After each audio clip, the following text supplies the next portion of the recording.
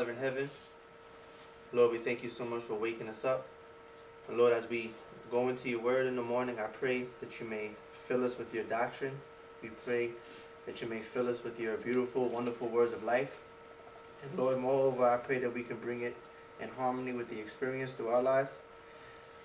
Be with the brethren as he goes and speaks.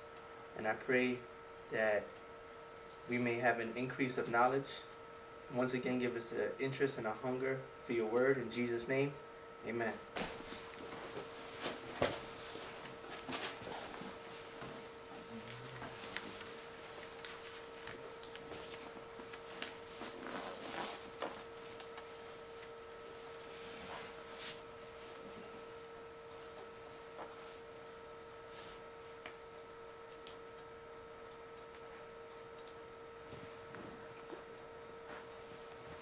So I think right from the beginning we were talking about these 2 days, about Darius and about Cyrus in 538 and 536.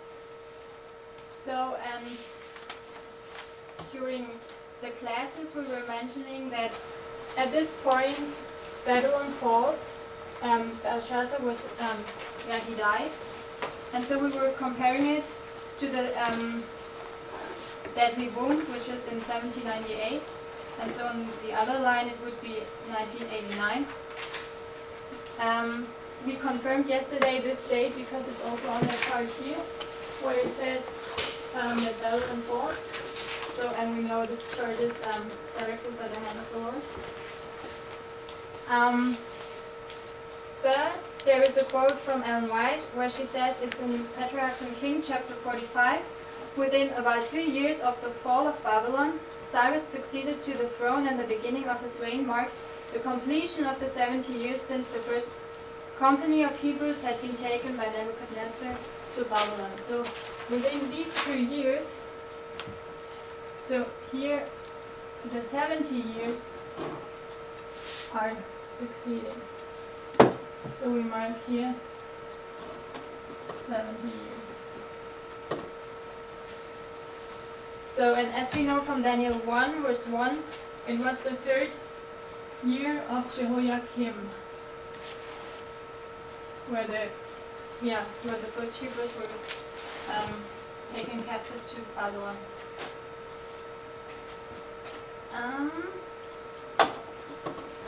So while we dealt yesterday with it, Sister Tanya was reading a quote from Uriah Smith, where he places the date here at 606, but Parminder was mentioning something about 608, so the 70 years would lead to Darius, so we were dealing with this issue.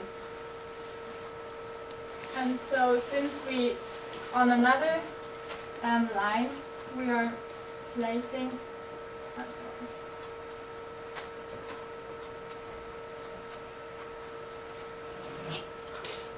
We are placing Jehoiakim, which is followed by Jehoiachin, and then Zedekiah. With a different study, we're placing it at 9/11 on the Sunday night. And then, since we know that was the 3rd year of Jehoiakim, when we read through Jeremiah, there is several times mentioned the 4th year of Jehoiakim.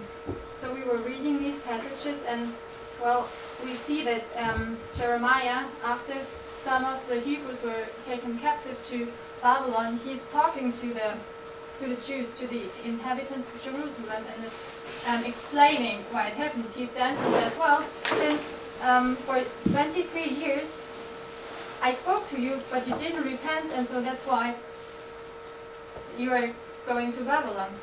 So that's the punishment, and he's explaining the progressive punishment until the land shall be a desolation for 70 years, which we see here. And so Parminder was mentioning, since we know that Jehoiakim is marked at 9/11, we are thinking, well, it was a big deal, but it will come on, how do you say, well, everyone thinks, okay, it was a big thing, but, well, the life is going on and it will come back to normal. But actually Jeremiah is standing in here and saying, well, we watch out, what do you say? It's getting worse. Yeah, it will go Good. worse. So I think we are going deeper into these other passages from Jeremiah, where he's also talking to, through the scroll, to the kings and to Barak and to Egypt. Yeah. And then Parminder was suggesting that there is another 70 years, which begins at the end of Zedekiah, when the temple was destroyed, and it's leading back here to Darius, when the temple is rebuilt.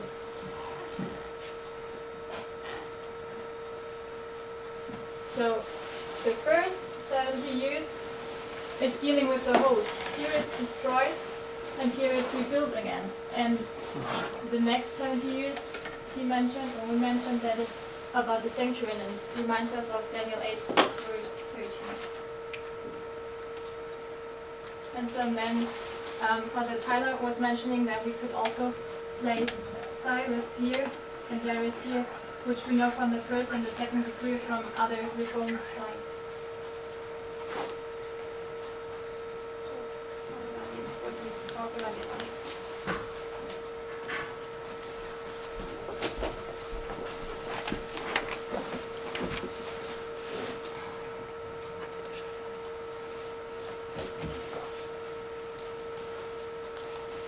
If we just quickly turn to Jeremiah 46, verse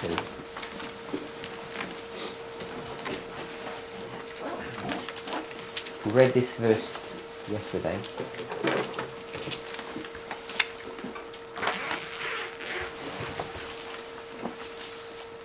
You could read this verse from there, please. Against Egypt, against the army of Pharaoh Necho, the king of Egypt, which was by the river Euphrates, King Carchemish, which Nebuchadnezzar, king of Babylon, smote in the 4th year of Jehoiakim, the son of Jehoiakim, Josiah, king of Judah. So tomorrow, instead of just doing a summary of what we're doing today, could I ask you to There's just no do class tomorrow. Tomorrow's Oh, Friday. no, Friday. On Sunday then? Sunday. That gives you a bit more time. On Sunday, could you do 5-10 minute presentation on the Battle of Carchemish and how it relates, maybe a little bit of background and history, how it relates to this timeline that we're addressing. Sorry? Our timeline, or the... No, the timeline of Jeremiah Yeah. with the kings.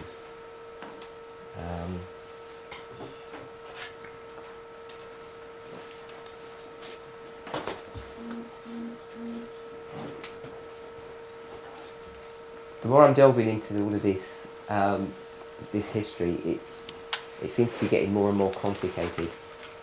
I assumed that most of the information that we'd need to find would have been in Prophets and Kings, but I've come across a series of articles, and I haven't been able to collate them all together, so that's why I haven't been able to print them.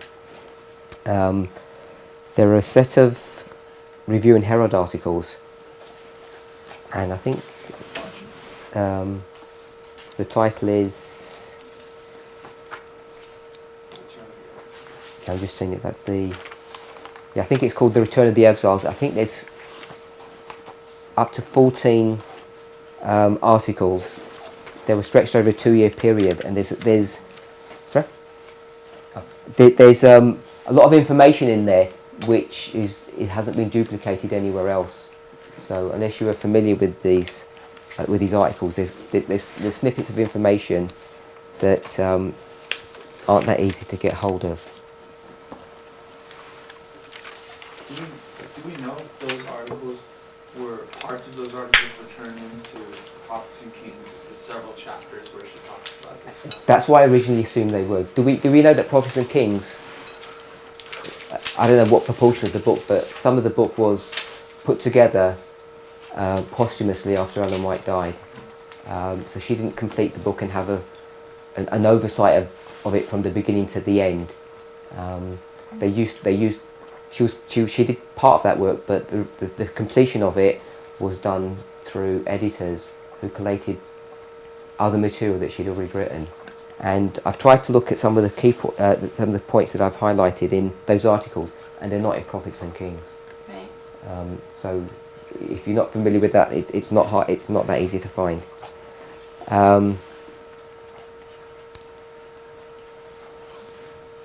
So the more I'm looking at this, everybody understands what the issue is that's being brought to view. Let's read some passages before we. And again, I want to apologise that I don't have these printed out for you. It's getting to maybe about 25-30 page document, and I'm not sure the usefulness that everybody's going to read 30 pages. So what I'm probably going to do is, once I've made my notes, I'll strip out all the paragraphs that aren't relevant and just the ones that I'm highlighting, then probably print those with everybody. Has anybody had any thoughts about Daniel chapter 10? I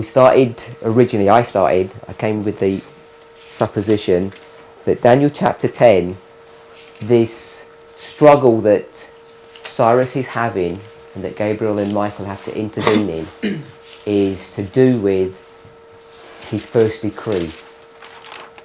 And I'm beginning to think that I don't think that's correct. Now, people, when they've looked at this, and it says in the 3rd year of Cyrus, Daniel's fasting for 21 days, they try and reconcile this 3rd year of Cyrus by doing this. If this is the reign of Darius, and he reigns for 2 years, we'll read the passage to show that, and then we would have Cyrus. You'd have Cyrus's 1st, 2nd and 3rd year, and Darius had his 1st and 2nd year. Some people try to get this history and bring it back down to here, so that you get Cyrus and Darius co-reigning, and then he would finish in the 2nd, and then his 3rd year would actually be the 1st year.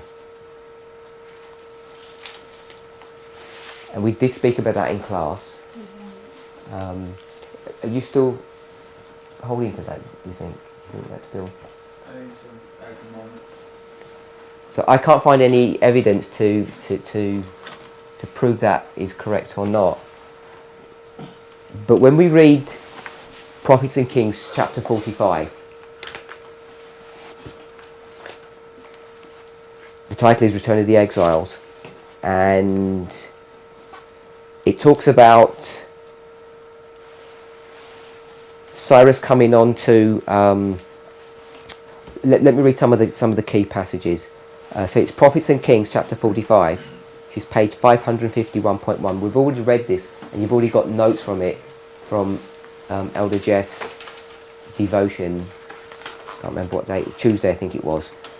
So you do have paper notes for this. The advent of the army of Cyrus before the walls of Babylon was to the Jews a sign that their deliverance from captivity was drawing nigh. And so that's paragraph 1. Paragraph 552, paragraph 1, 2 paragraphs down. The Jews had abundant evidence of the literal fulfillment of Isaiah's prophecy concerning the sudden overthrow of their oppressors, and it should have been to them an unmistakable sign that God was shaping the affairs of nations in their behalf. She then goes on to quote Isaiah 44 and 45, dealing with who Cyrus was in prophecy. And she quotes Jeremiah 25 and 29. And then she talks about Daniel chapter 9, which is the prayer of Daniel. So we're now into the 1st year of Darius. She quotes extensively that prayer. And then she pretty much finishes the chapter. I'm going to read the last paragraph. So if we're putting up if you're putting those notes on the screen, this would be on page 5. the last paragraph, it says, this is the last paragraphs of Prophets and Kings, chapter 45. This is page 563.1. The workmen engaged in the preparation of the building material found among the ruins some of the immense stones brought to the temple site in the days of Solomon. They were made ready for use and much new material was provided, and soon the work was advanced to the point where the foundation stone must be laid.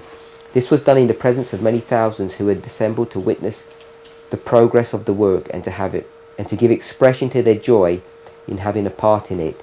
While the cornerstone was being set in position, the people, accompanied by the trumpets of the priests and the cymbals of the sons of Asaph, sang together by course, praising and giving thanks unto the Lord, because he is good, for his mercy endureth forever toward Israel. And that's how the chapter ends. Then chapter 46 is titled The Prophets of God Helping Them. And she's going to switch subjects now. But what she begins to introduce into this chapter, I've not got the whole chapter here, but this is, on my notes, it's on page 5, and this is Prophets and Kings 571, paragraph 2. And all I want to show is that in chapter 45, it talks about the Medes and the Persians bringing down Babylon. It talks about the first year of Darius and Daniel's prayer in chapter 9. And then it talks about Cyrus's decree and the setting up of the foundations in Jerusalem. So that's what's brought to view in chapter 45. Then chapter 46, it talks about after the foundations have been laid and the temple begins to be built, how there begins to be trouble and the temple's construction gets hindered and delayed. So that's most of the backdrop that's going on in this time period. And then then we're introduced to the prophets Zechariah and Haggai, and that's what the story of chapter 46 is. But then she's going to speak about Daniel chapter 10 in this chapter. So before I read it, what I think, I might be wrong, that it's appearing to me, is that Daniel chapter 10 is not dealing with the decrees, it's dealing with the construction of the temple and how these forces are now coming to the front to oppose and stop the building of the temple. And if that's the case, then I think in the past I've misread Daniel chapter 10 and the placing of the third year of Cyrus. So we're going to read Prophets Kings 571 paragraph 2. So I recommend you go back and read chapter 45 and you go and read chapter 46 to see if this link is indeed correct. Do we have a date when Daniel passed away, when he actually died? I don't have one, no, but it's obviously has to be past the first year of Cyrus. So it has to be past, this date here of 536. Because if we're going to be making this assumption, what you're saying, then we need to figure out how long did Daniel lived after that. Yeah. Because I know Daniel died shortly after the conquering of Medo-Persia. So I think that would really help to determine what you're saying is true or not. So at the very most, it would be 5 years after. We know if this is the fall of Babylon, we know he's still alive 2 years later, and so I'm saying that he may well be alive for another 3 years after that. So that's the further extent that I'll be taking his ministry. Do we know Zechariah and Haggai didn't prophesy until Darius' reign? Yes. Until the second Yeah. Darius. So when she's mentioning Zechariah and Haggai in chapter 46, she's mentioning that, but that comes 9 years, 10 years later, or something like that, many years later. So she might not be putting this in a chronological sequence between 45 and 46. If she's putting Zechariah and Haggai before this paragraph, which I don't think you've read. Did you read it? Not yet. No, you haven't yet. So this paragraph that you're reading, she's mentioning the work of these prophets and encouraging the people. That's not chronological. So Yeah, it may well not be chronological. That's why I'm saying if we read it, maybe we need to come to some kind of consensus of that. I've looked where she talks about Daniel chapter 10, and she speaks about it very little. I can't find anywhere she mentions the third year of Cyrus. So there's no. I haven't found any anchor points to bring spirit prophecy to bear upon this issue. It's very scanty. So what I'm thinking at the moment is Daniel chapter 10 is dealing with the construction of the temple, which begins in the reign of Cyrus and is completed by Darius, and you have Cambyses and Thutmose, which is going to at least mention Cambyses in this, and it's dealing with that whole history, and she's putting Daniel 10 into that context. Disparately. Did you say page 572 or 571? 571 paragraph 2. 571 paragraph 2.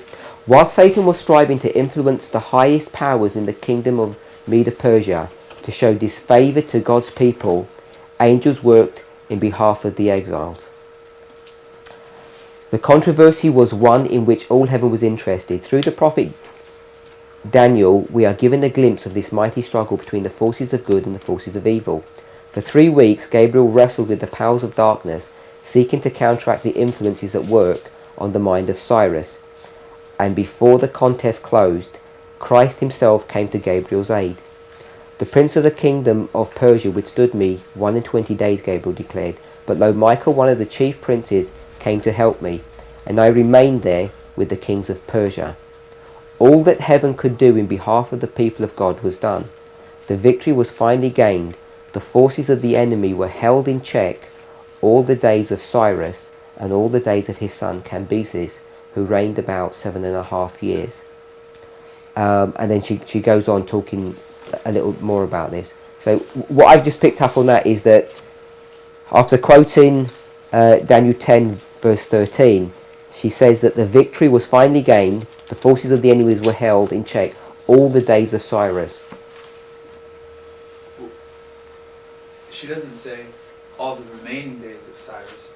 And if she was like 3 years into Cyrus's reign, and his reign was only 7 years, wasn't it? 7, both Cambyses and or something like that. Mm-hmm. Maybe it seems more logical that she would say the remaining years of Cyrus.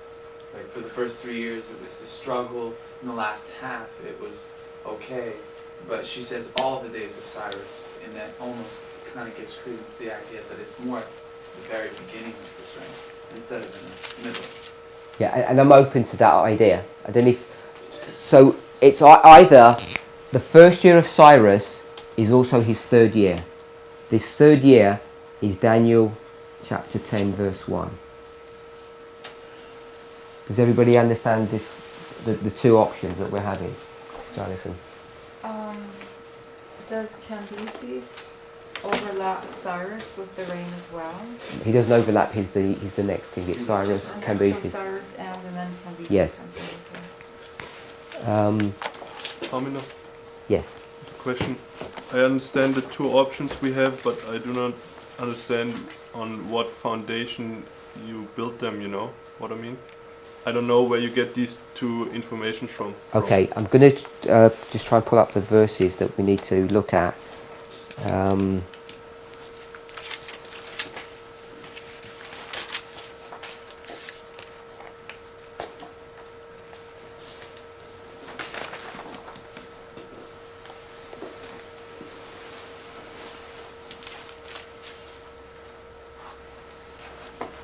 I'm trying to find the passages where it talks about the first year of Cyrus.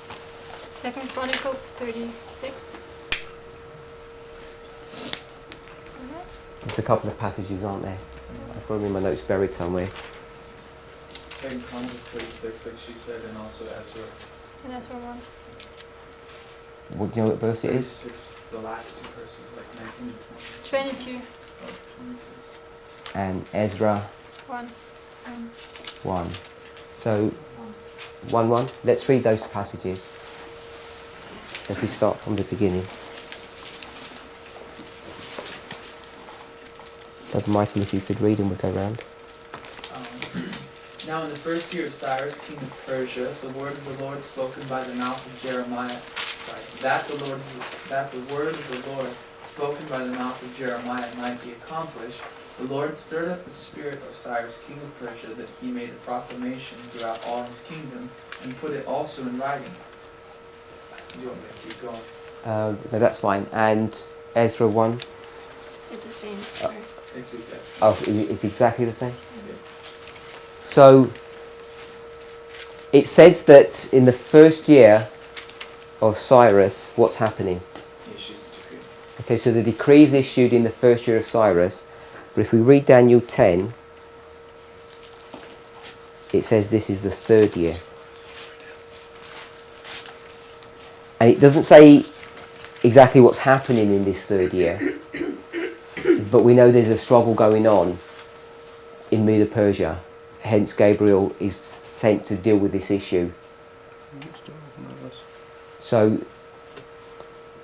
Where's the decree in Daniel 10? that's what I'm saying. In Daniel 10, it doesn't mention the decree. That's why there's there's an assumption of there's some major struggle going on in Medo-Persia. And what's being addressed here? It's near the beginning of his reign. It mentions the third year of Cyrus. So either this is dealing with the decree, it's an assumption, or it's dealing with something that's after the decree.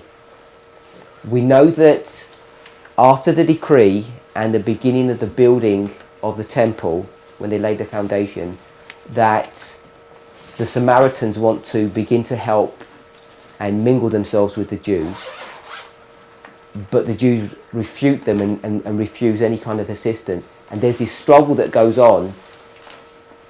I'll just read the passage again from 571. The victory was finally gained. The forces of the enemy were held in check all the days of Cyrus and all the days of his son Cambyses, who reigned about 7.5 years. So there's this force. Satan is trying to interpose in the construction of the temple. We know that as a fact. Ellen White says that. And during the reign of Cyrus and Cambyses, those forces are restrained. Then when Thesmodis, which is that third king, comes on the scene, then he stops the construction of the building. Then Darius the Great comes after that, reviews the first decree of Cyrus, and then reinstates that decree and adds his own to it. So the second decree is Darius. They find Cyrus's decree and rubber stamp it, basically. So you know that between when Cyrus issues his decree to his son, the forces of evil are held in check. So when you go to Daniel chapter 10, either it's talking about that history, which is after the decree, and it's dealing with the construction of the temple, or it's specifically dealing with the decree that this issue is going on. So there's this issue about whether the third year is in fact the first year, because the first year we have Bible verses to show what that's dealing with, Sister Sarah. Does that answer your question? What the two... Yeah. Maybe I come later to you once again, but so far it's okay. Okay. I don't know if it helps, but if we see the 70 years, it starts in the third year of Jehoiakim. So I don't know if this means something. It's the third year of Cyrus, like the end from the beginning, kind of. Okay, I've had a look at... I want to spend a bit more time looking at this chronology, because I'm not 100% convinced about this at the moment, and I'll explain why. I don't refer to the number, but to the third year of Jehoiakim, and it's the third year of Cyrus. I guess what I'm saying, I don't think the third year of Jehoiakim is actually 606. Okay. Yeah, but that's not But what she's saying. not- I know that's what she's saying. I know that's not what she's saying. Yeah. I just want to throw this in because we have the two witnesses of establishing the fact that the decree went forth in the first year of Cyrus. But why would we ever even say the first year of Cyrus is the third year in the first place? I mean, we don't have any reason to say that necessarily. Like you're saying, this is what you're saying from the chapter itself. It doesn't actually give you anything that really suggests that this isn't the time of the decree. But the logic of the pioneers who understood this way, by the way, that the third year was the first year, at least several of them did, and the logic was that in Daniel 1, verse 21, it says that Daniel continued even unto the first year of King Cyrus. And so they took that to mean that he could not be past the first year of Cyrus. He continued up to and no further than the first year of Cyrus, because he continued unto that year. And then they go to Daniel 10, verse 1, and say, in the third year of Cyrus, king of Persia, a thing was revealed unto Daniel. So Daniel just contradicted himself. He said, I continued up to this first year, and then he says that well, here I am in the third year. So he can't contradict himself, so what's the point here? That he's using two systems of reckoning. One, that the first year is the sole reign of Cyrus, and the other, that the third year is the third year since Babylon was conquered, where he co-reigned with Darius. So that was the logic that they portrayed in the pioneer writings. So that's why you would even have this dilemma in the first place. Otherwise, you just say it's the third year, and it wouldn't overlap, and there wouldn't be an issue.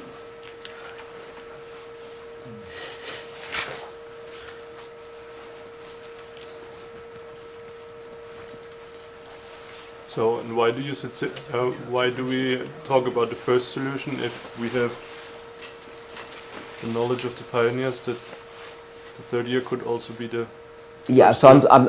I'm saying it's either one of those. The reason I'm saying this is because Chapter 46. chapter 46, the way Ellen White seems to be using the restraining of the Prince of Persia in chapter 10, So she you uses build- it as after the decree. She's using that in that specific way. So you build the first way on the 45th, 45 45 and chapter. 46, the way those Okay. chapters are structured. And I'm not saying that's correct, Okay, I understand. because originally I understood it this way, the way that Brother Michael's Okay, I saying, see. the pioneer, if we say call it the pioneer understanding of the relationship between these two reigns, because you can demonstrate historically that Cyrus here is already the king of the Medes and Persians. He's just given the reign to Darius as a token gift to maintain the bond. Sister Brittany. Oh, never mind. I guess I can't think far enough ahead to see what this understanding does or does not do to our time period. And that helps me solidify ideas when I know how this applies to us, what either one of those understanding does or does not do to our understanding of where we are in history. I'm in the same dilemma as well. If I understood that, I think we'd be able to just say it's one or the other. But what do you mean? I mean, what's the top one look like in our time and what's the bottom one look like in our time? What does it mess up or take away or add to?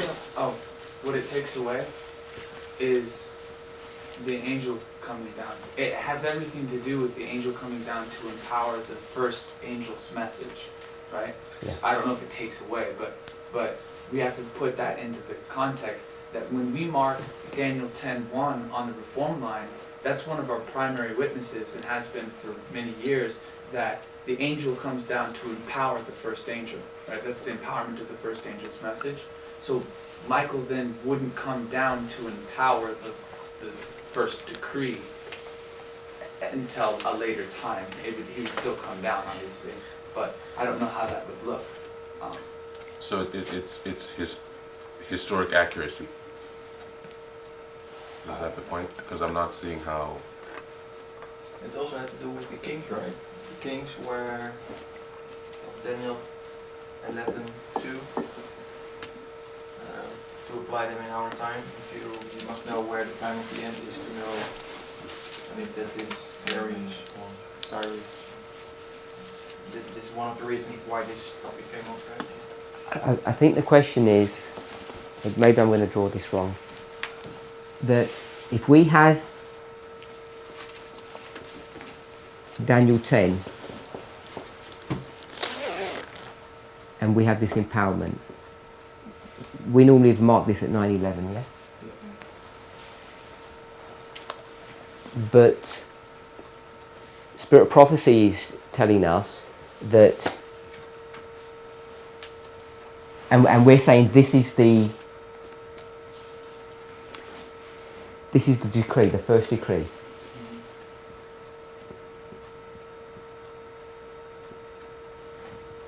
and then we'd have 1989 back here, and then this would be the time of the end. That's how we've understood it for a while. But Ellen White's saying that the first decree, she says that the first decree, she doesn't say the first decree, let me, the way she says it is the first year of Cyrus is the time of the end, because this is the end of the 70 years. Yeah? Oh, sorry. Yeah, So- that's what you said. yes. So that's what the problem is, that in this model there's a lot of threads of information that says Daniel 10:1, when this angel comes down, is marking 9/11, the first decree. But there's another thread of logic that says the first year of Cyrus is the time of the end. And if the first year of Cyrus is the time of the end, and this is the third year of Cyrus, this is the Daniel 10 says this is the third year, but if this is the third year and the third year is the first, then you've got this dichotomy. That's easy to sort out because a year isn't a point in time, it's a period, right? He could ascend to the throne, get to understand the prophecies, and by middle of the year make the decree and still be in the first year. Because we were saying yesterday, when we mark it on a line, we usually just draw a line, but a year or a day or whatever, it's not just a one point in time. So you could be at the time of the end in the first year of Cyrus, and that same year is 9/11, that end of that same year or middle of the same year, wherever later in that same year is where Daniel 10:1 happens and the message is empowered. That would all just be 1 year in that sense. So essentially what we're doing is we're saying that That's the first year. this is Cyrus as well as this. Yes. They're And both, that whole time would be his first year. and then this would also be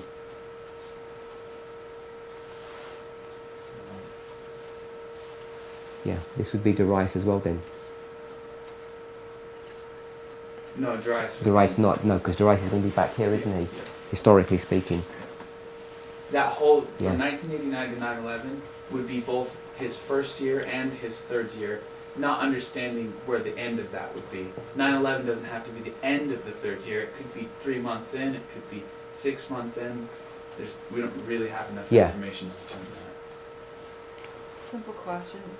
In that line, who would Cyrus represent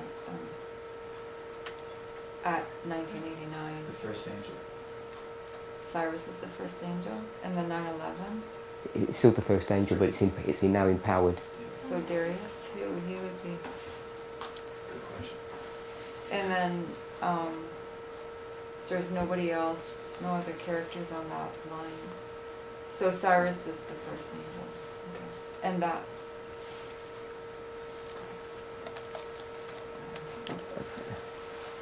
In the timeline of the Millerites, we have 1798 marked as time of the end, but the persecution stops, I believe, 20 years before, or 25. 25, yeah.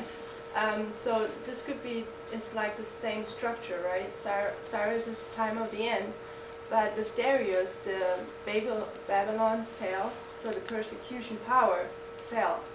It ceased to be, and the Medes and the Persians started to reign. So I see the same structure here of Darius coming before time of the end, and then Cyrus is coming, the same in the Millerite time history, persecution stops, and then time of the end. And from Brother Jeff's devotions, we know that the issue that he's bringing forth is that he wants to make Darius also the time of the end, and not pull it back that 25 years. So Can you draw out how yours would, not yours, but the first year of Cyrus would look? Draw two separate ones. You kind of have a mix there, but two separate lines. yeah, I'm trying to figure out how to do that. I'm going to leave it for the moment. Brother Michael. it's doing my head in. This is. It's important what you said so that everyone understands, because it dawned on me the other day too. Jeff is not saying that the 70 years, it doesn't end with Cyrus. He's saying that even though the 70 years ends 2 years after Babylon falls, the ending of the 70 years doesn't have to dictate the time of the end. He's suggesting that maybe 538 is the time to the end, and he's even suggesting that maybe also that Cyrus is the time of the end, but he's not suggesting that the 7 years ends at 538. Anyways. No, he's not. So there's so much evidence to say. There's a clear statement that says the end of the 70 years is at Cyrus, and so you can't make that historically that But fact. prophetically, The issue is prophetically. yeah.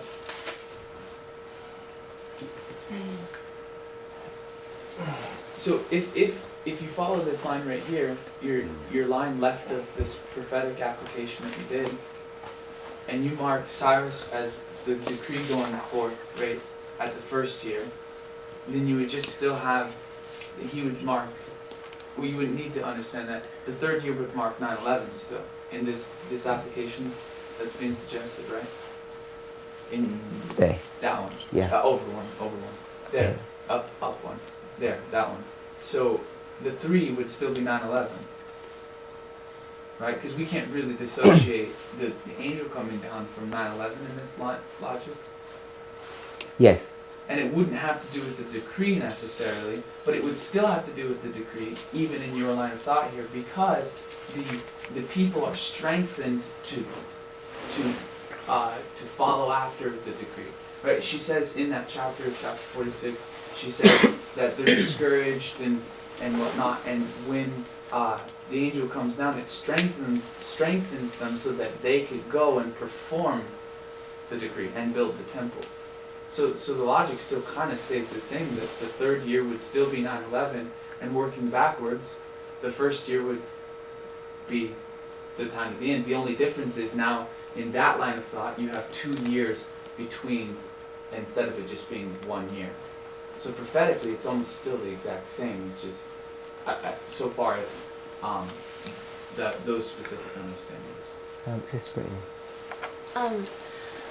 Why, if it's explicitly stated that Cyrus is the time of the end, why are we trying to make Darius the time of the end also? Is it because the second depiction right there with where Darius and Cyrus line up? Is that the reason? I'm not sure. I'm not following why we're trying to make I think Darius the time of the end also. there's a whole other line of logic that Babylon falls here with when Darius comes on the scene. Okay. Which is typifying 1798. There's a whole another line of Okay. truth that seems to go down that route. Okay. Have we ever played Daniel 9 on our timeline? Where does the prayer of Daniel actually falls on our timeline? Time of the end, or 9/11. It's in the first year of Darius, the son of Ahasuerus. when we put that with Nehemiah, chapter 1. Nehemiah, and it's the prayer of Leviticus 26, so Yeah. it's the prayer at 9/11 to come out of captivity. Then that's Darius' first reign. This is in Yes. the first year of Darius.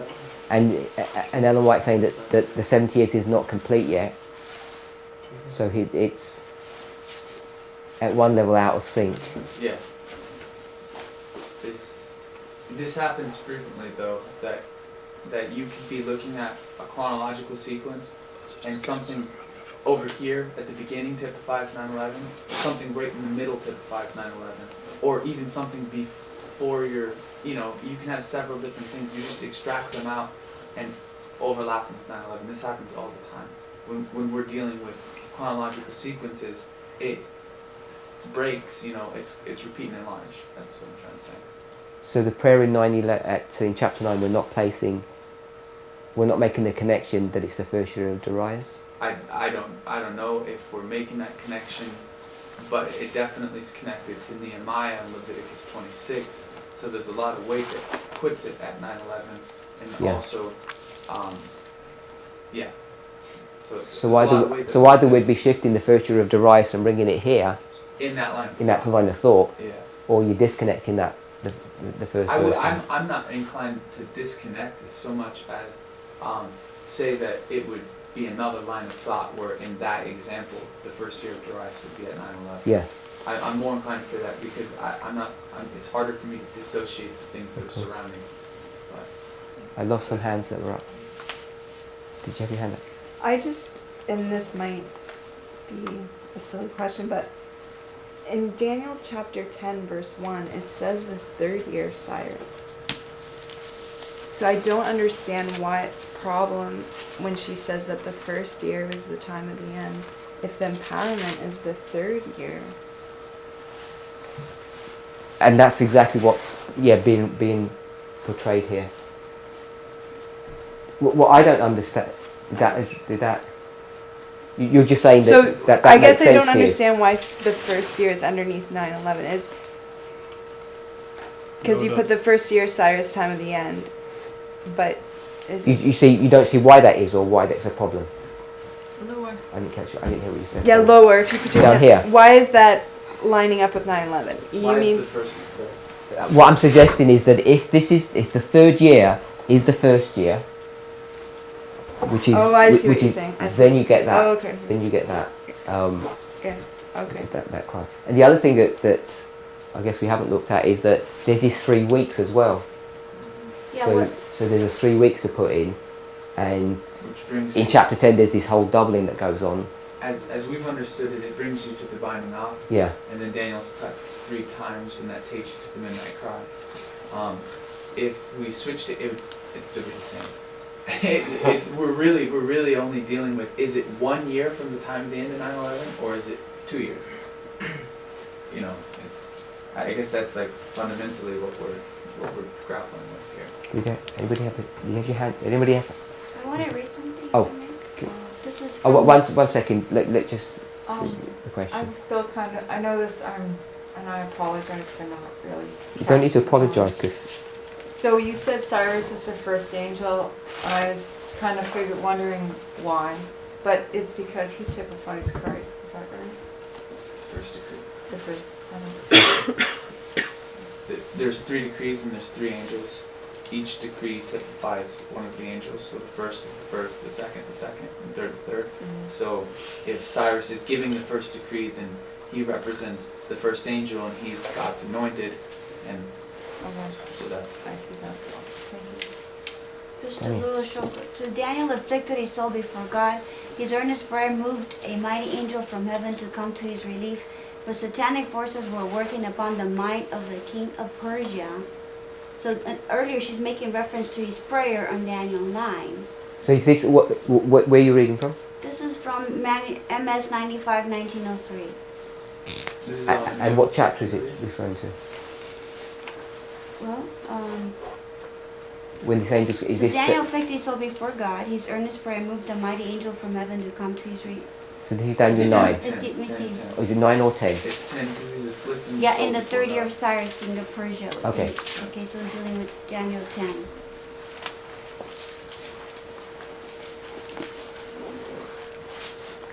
Okay. Never mind. Oh, it's okay. It's not going to go anywhere. No, it might. It's still it's in still Daniel 10. Daniel 10, yeah. That's what we want to deal with. Yeah, it says Daniel afflicted his soul before Yeah. God. His earnest prayer moved a mighty angel from heaven to come to his relief, but satanic forces were working upon the mind of the king of Persia to prevent him, if possible, from doing the work that would answer Daniel's prayer. Doing the work that would answer Daniel's prayer. That's Michael himself, the archangel, came to the assistance of Gabriel. And then she goes on and says, a similar scenes of controversy is portrayed in the 3rd chapter of Zechariah. So she is lining up Daniel 10 with Zechariah, that 3rd chapter.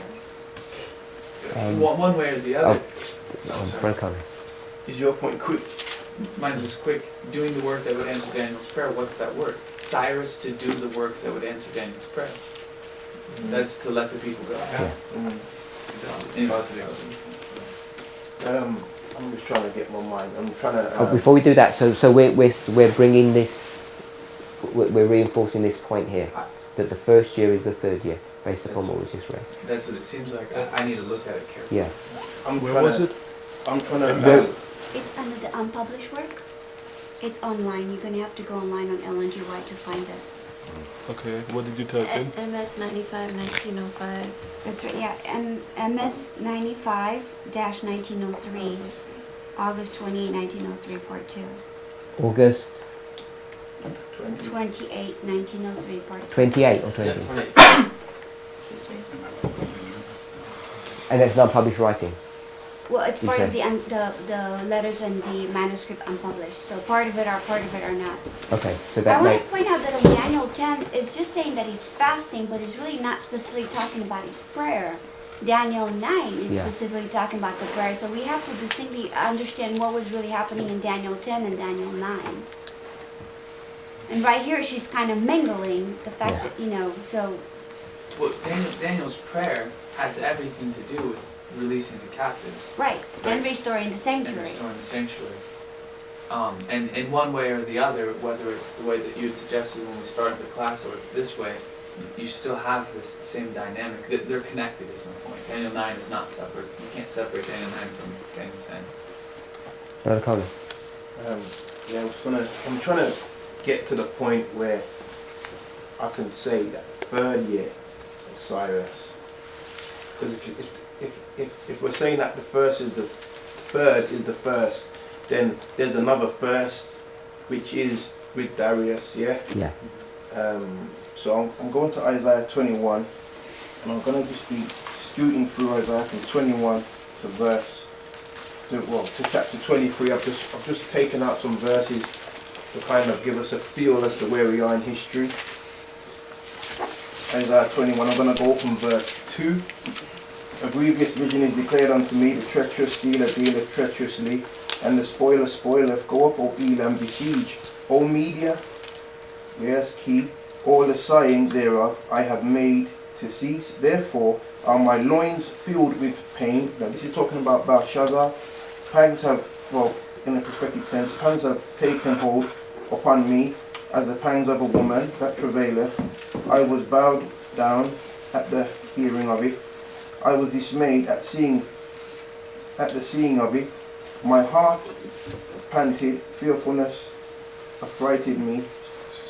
The night of my pleasure hath turned into fear unto me. Go to verse 9. And behold, here cometh a chariot of men with a couple of horsemen. And he answered and said, Babylon is fallen, and all the graven images of her gods he hath broken unto the ground.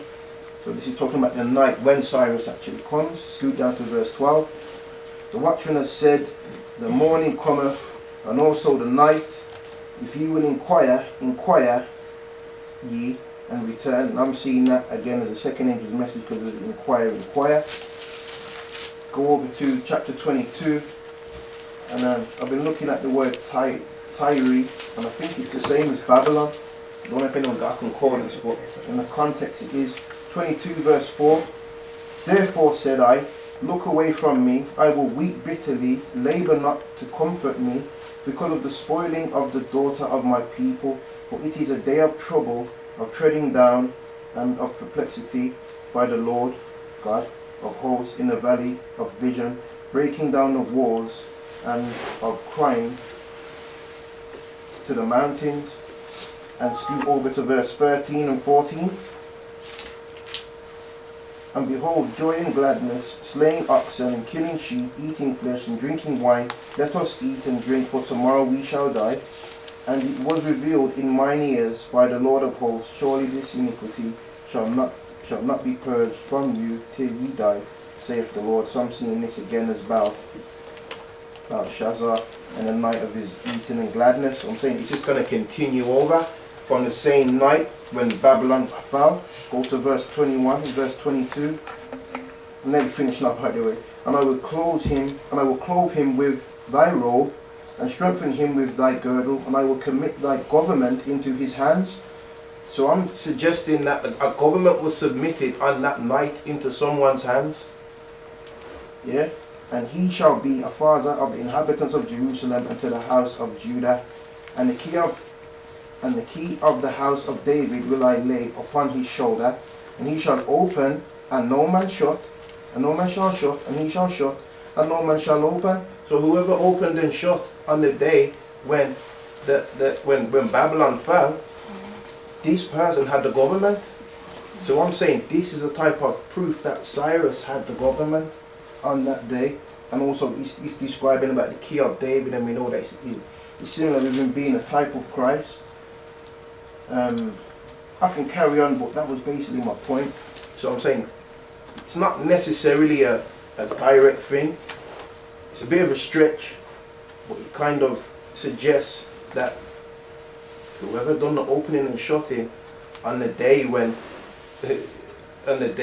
Belshazzar was panged, and in Isaiah 21, and he was shaking, that person had the government. So I'm saying that would substantiate for me that Cyrus's first year was also when he conquered, when Babylon fell. So the 2 years further on will be his third year when he reigned solely. That will be my reasoning for it, or the class can appraise it and see if it fits or whatever. And my question is, does that substantiate which one of these thoughts? The bottom one. That one? Okay. Yeah. And so he would have 2 first years, is what you're saying? Is what I'm So saying. that's Yeah. 538 then? Yeah. Co-ruling and sole ruling. Because he has to have 2 firsts, obviously, because you can't have a third without first. So Lauren, do you have any more thoughts? Can I just quickly go to chapter 23, and from verse 15. Isaiah, chapter 23 and verse 15.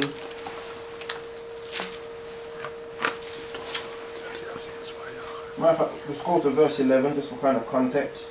And he stretched out his hand over the sea, he shook the kingdoms. The Lord hath given a commandment against the merchant city to destroy the strongholds. Who's the merchant city? Revelation 18, that's Babylon. Babylon's a merchant city. It says, and it shall come to pass in that day that Tyre shall be forgotten 70 years according to the days of one king. After the end of 70 years shall Tyre sing as an harlot. So again, I'm going to try and suggest that one king is Cyrus. I mean, and there's also a principle that we use as well in the wars. If Cyrus is going to say to Darius, I'm going to let you be king, well, who's really the king? He can't be Darius. If someone's going to say, well, I'm going to let you be king, the person who's saying, I'm going to let you be king, really the king? Because we use that same logic when we look at when I forget who it was in the war, but someone the first war, and he gave his he let the other king. The problem with that is that was just my spin on it, that he's already king. You need to, it doesn't say that in scripture, but Cyrus is given that to him. But if that is correct, and I think it is, then yeah. But there's only one king. So it's either Darius or Cyrus. Yeah. Why is there only one? I'm just saying, it says here in verse 15, according to the days of one king. What are those? What's that one king? I don't know if I'm reading it right, but I'm thinking it's Cyrus. Yeah, but how do we understand it at the end of the world? What's the one king at the end of the world?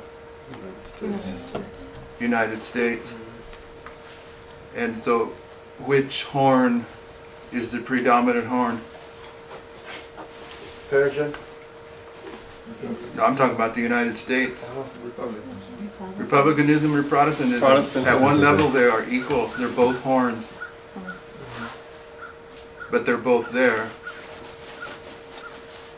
Both reigning.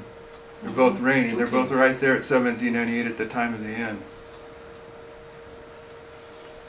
I thought that's what you were saying, that there are 2, but one's... No, but I'm saying it's still Persia. I'm not saying it's just, I mean, it's still media Persia. So when I say one king, you got media, it's like, it's like one king is Trump. I thought that's what you meant, that there's one ruling above the other, one higher than the other. Is that what you meant? No, I'm just saying he's the king of media Persia. He's the king of the 2-horned power. There's one king over the two-horned power, not two kings over a two-horned power. Although when you read it, there is two kings. Yes, the scripture mentions Yeah. two kings. Yeah, I know. Yeah. But what I'm saying is, but I'm trying to say, One higher than the other. But, yeah, but it is mentioned in the Bible that Cyrus was like the commander under Darius. Even Does it say, Ellen White says that? Yeah. Yeah. Yeah. it's his general, so Yeah. basically she points out that Darius was over Cyrus, not Cyrus over Darius, like the way we're trying to apply it right now. Right here it says, and as the king and his rolls were drinking from the sacred vessel of Jehovah and praising their gods of silver and gold, Cyrus and his soldiers stood under the walls of the palace in that night. The record says that was Belshazzar, king of Chaldea, slain, and Darius the medium took the kingdom. Yeah, you have to read some historical backdrop on that. That house. I'm not making a great play of it, but you have to factor that to be correct if you're going to develop that argument that the third year is the first, because he must have already been ruling here. Yeah. And in fact, I'm suggesting he was king way before this. He was already king of the Persians. Yeah. And then Darius was king of the Medes. No, he was king of the whole empire. He subjugated the Medes, but he was historically speaking, he was a gracious king. He didn't want to upset people, so that's why he gives the Babylon to Darius to keep peace. But prophecy, I mean, but spirit prophecy basically points us the way it was arranged at the time that it was the conquering of Babylon. Darius was first and Cyrus was under. And so, but if we go down that route, what you end up having to say is that then after the 2 years of Darius, you're going to have Cyrus's first after that. Then we'd have to read chapter 10 as being his third, and then you begin to go back down to this. Then chapter 10 doesn't have to do with the decree being given, but with empowering the decree in that it strengthens the people. If you take it as it's read, then the third year isn't the decree; it's the construction of the temple that's being dealt with. I think you can only develop that argument when you do it this way. Yeah. When was actually the mingling of Media and Persia? You know, Darius was the king of Media and Cyrus was the king of Persia. When was actually the mingle of two, and actually Cyrus became also king over Media? He's already king over Media before he comes and takes Babylon. But when the Medes and Persians came together, I think it's been decades before this event. I can't remember the exact history, but it's a long time before this that they've become. We know that because in Daniel 8, it's already taken down that first rib, hasn't it? Daniel 7, sorry. So you already know by 556, when Lydia is taken, it's the Medes and Persians are already in existence then.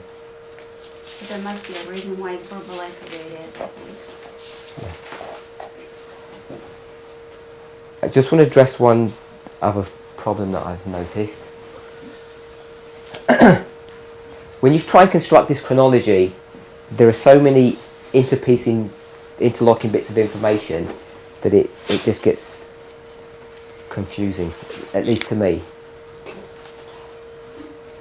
I've got 608 as being the third year of Jehoiakim, which is not in agreement with that. And then the fourth year of Jehoiakim, because it mentions this, we read, I think, all the passages that address this issue yesterday, and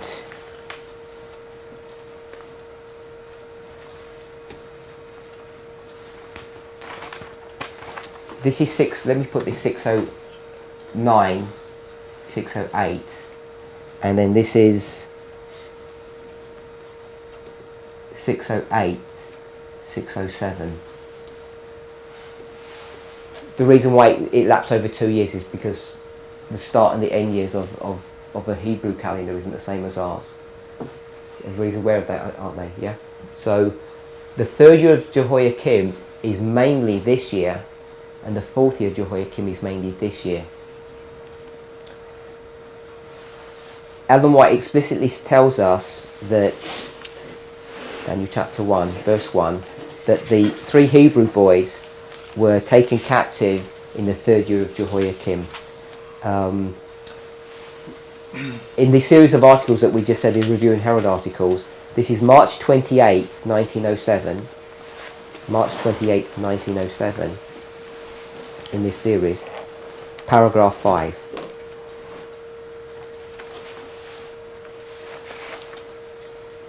I don't think I've explicitly read the passage where it says the 1st year of Cyrus was marked the end of the 70 years, but I'll read that just to make sure that we've all got that point.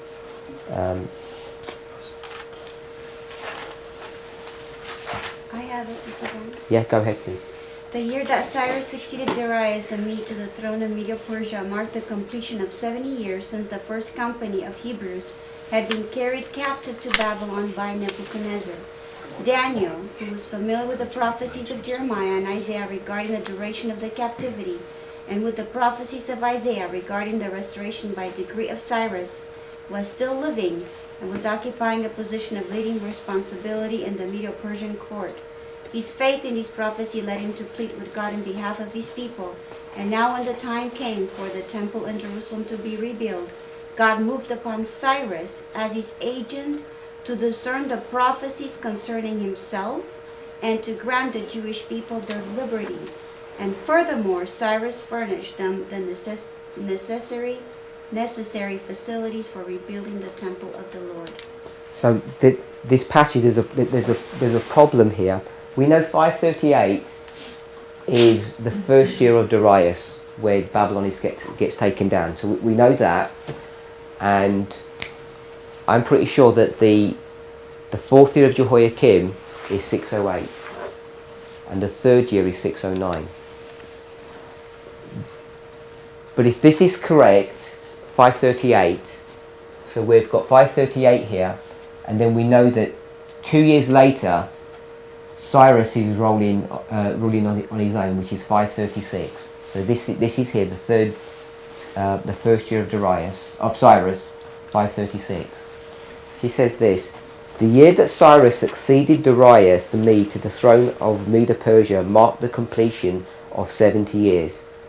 So if this marks the completion of the 70 years, then if you go back 70 years, it takes you to 606. But he tells you it's in the first company, since the first company of Hebrews had been carried captive to Babylon by Nebuchadnezzar. And that's what I'm just going to address. When it says the first company includes Daniel and his fellows, as far as I read that, which is actually before 606. So when you take Daniel into consideration, you're talking about the year 608. And 608 lines up with the 70 years of Darius. So what I'm saying is that when you read this passage as it is, and you take that 70 years from when Cyrus is ruling, it takes you to 606. But Daniel has been taken captive 2 years prior to 606. And in fact, I can't even find much that's actually happening in 606. Does everybody see? Does that make sense? Perhaps not.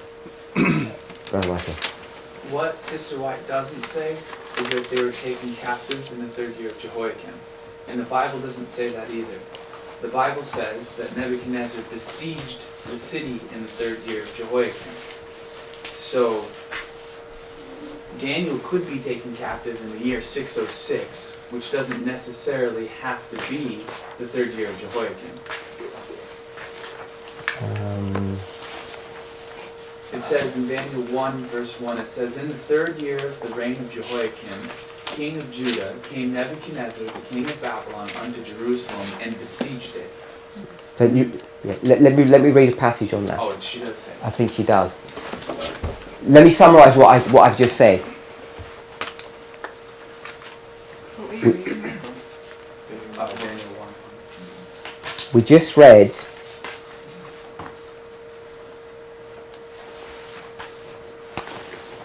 the year that Cyrus succeeded Darius. So Darius reigned for 2 years, So this, the succession of Cyrus is here.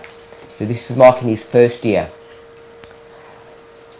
The year that Cyrus succeeded Darius the Mede to the throne of Medo-Persia marked the completion of the 70 years.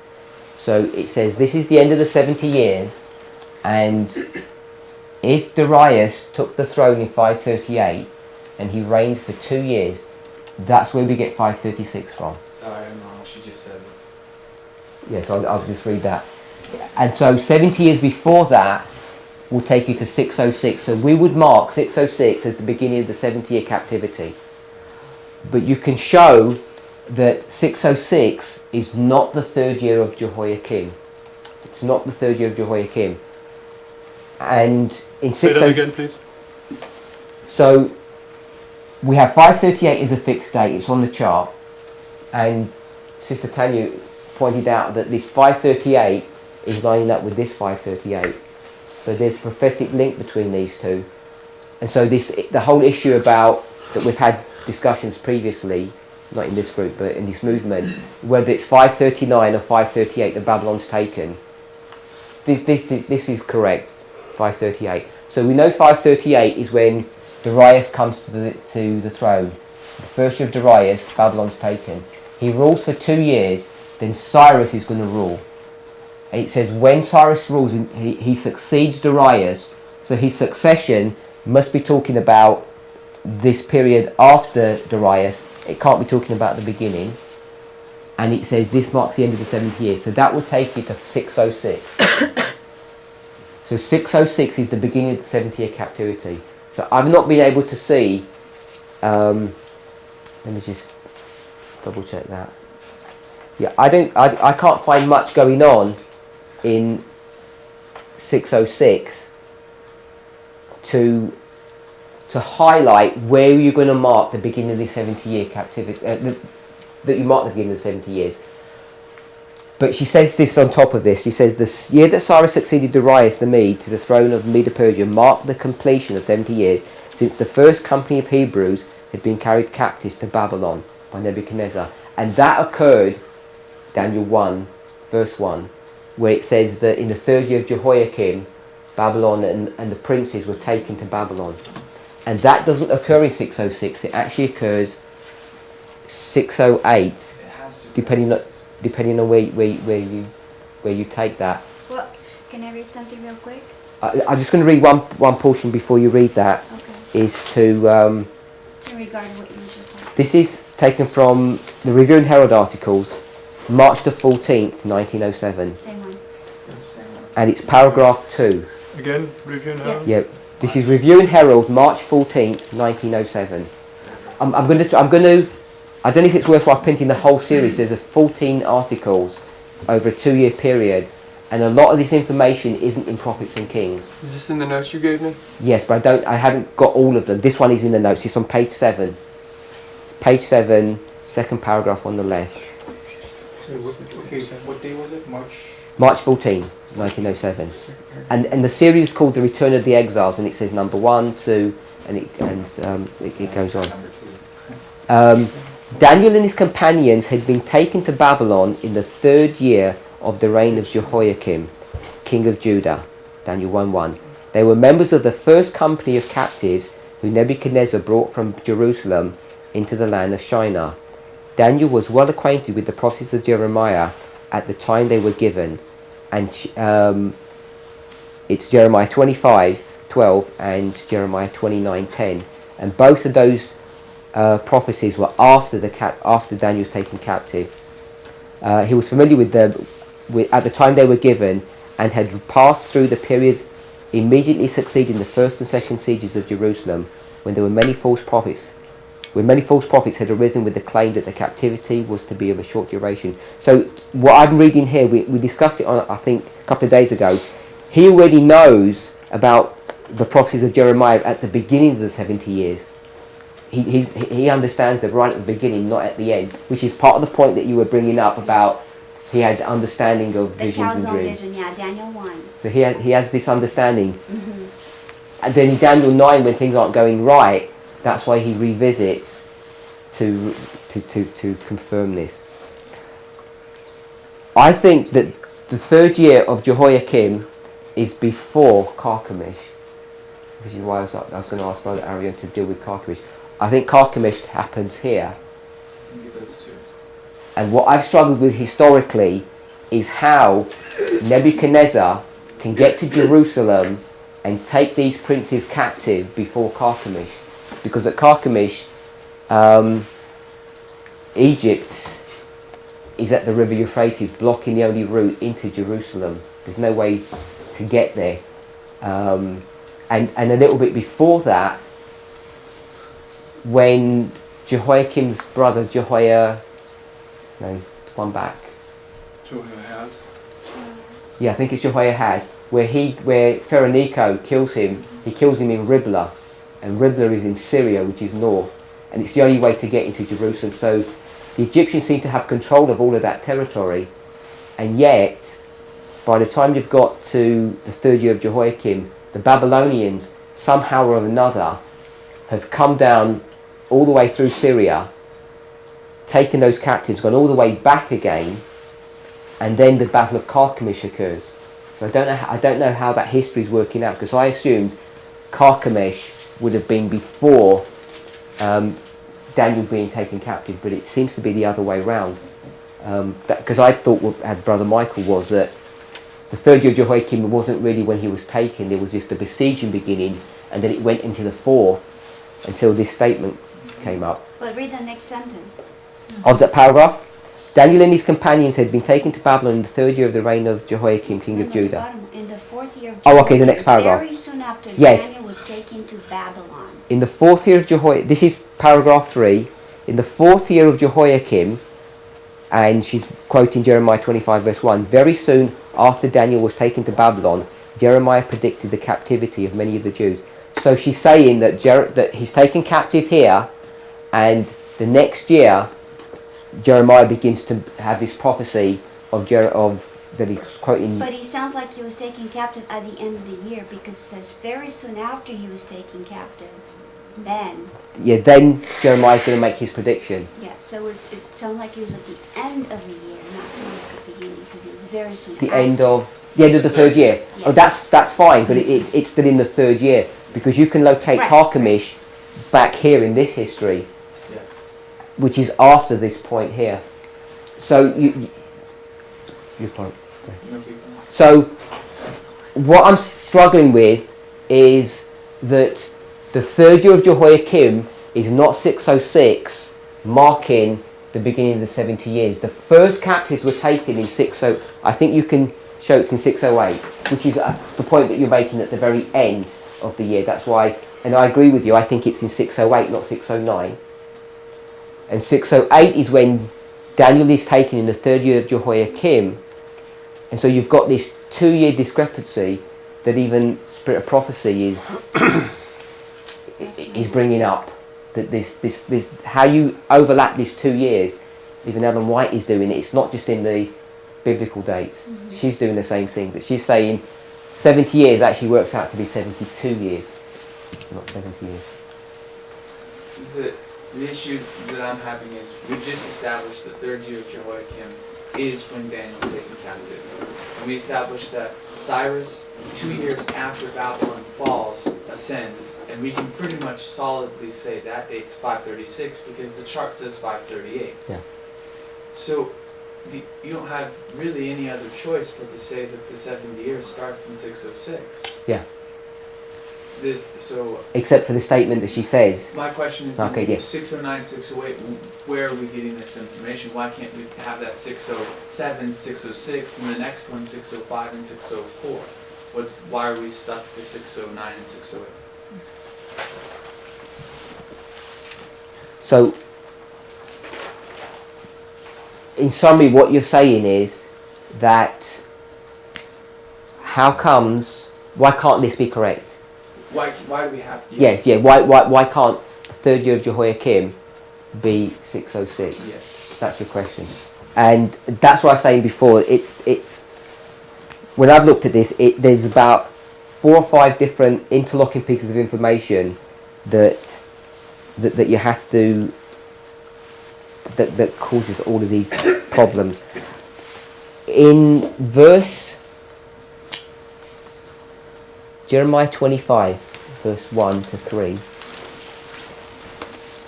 We'll just read this and we'll make a quick point. We won't be able to finish the point. What was that again? Jeremiah 25, verses 1 to 3.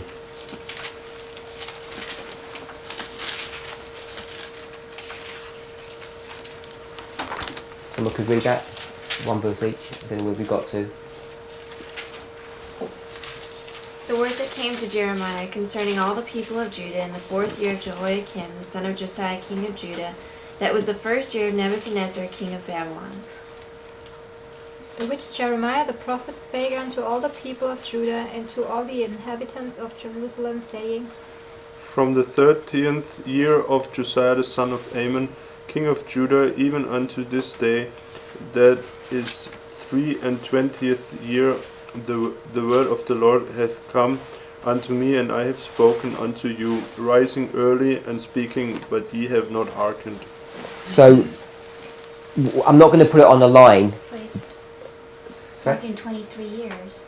So there's this. It mentions this 23 year. Right. So in the 4th year of Jehoiakim is the 23rd year of some event, and if you trace that back, that's the 13th year of Josiah.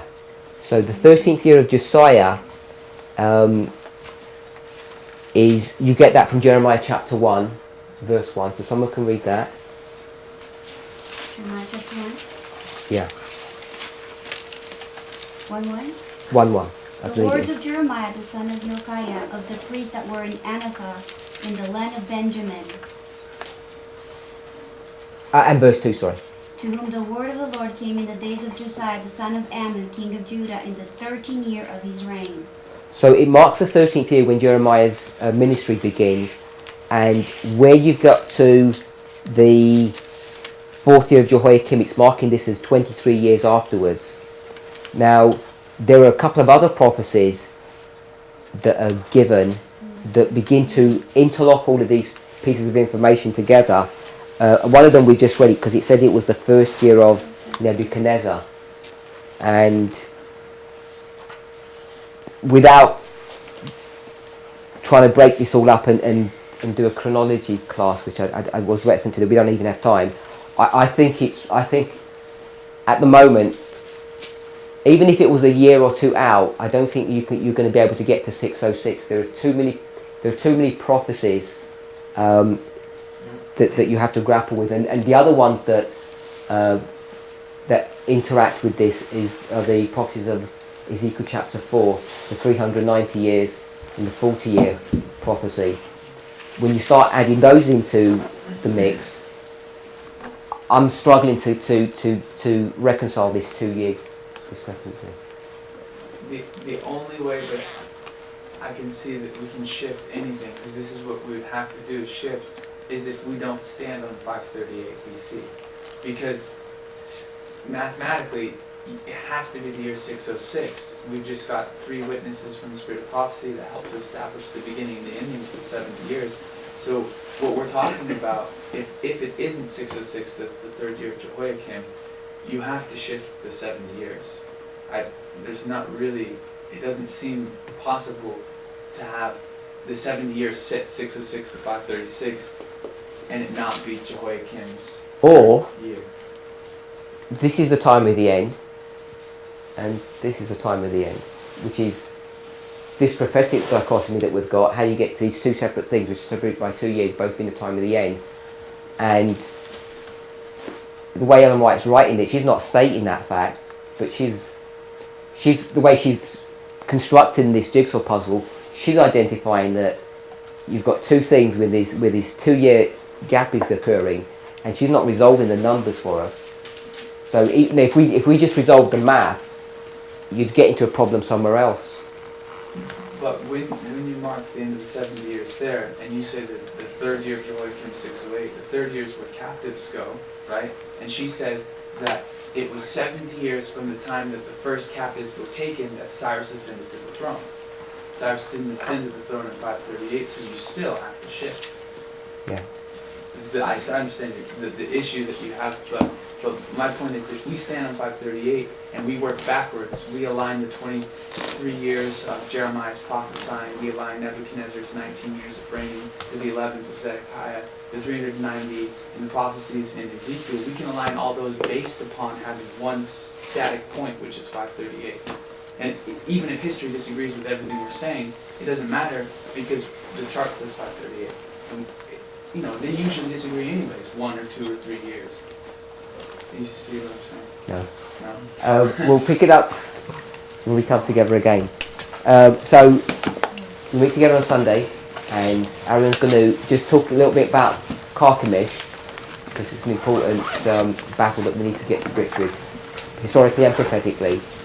And maybe he can talk about this, demonstrate that it is in the 4th year of Jehoiakim, which is a year after, or it's after Daniel and his 3 Hebrew friends are taken. I don't understand the history of how that could happen, but it otherwise confirming that is the case. Let's pray. Heavenly Father, we thank you for your goodness and mercy as we continue to grapple with this history. We realise our inadequacy, we realise our preconceived ideas and even our prejudices. Father, may each of us seek you individually and as a collective group so that you might open to us your word, Father, that we might understand how to address this apparent difficulty between the reign of Cyrus and the reign of Darius, both being the time of the end. Father, it appears that this may have deep spiritual significance to us at the end of the world. Therefore, we are spending the time and energy and effort in investigating these truths. Be with us and bless us, Father, we pray and ask for the rest of this day in the name of Jesus. Amen.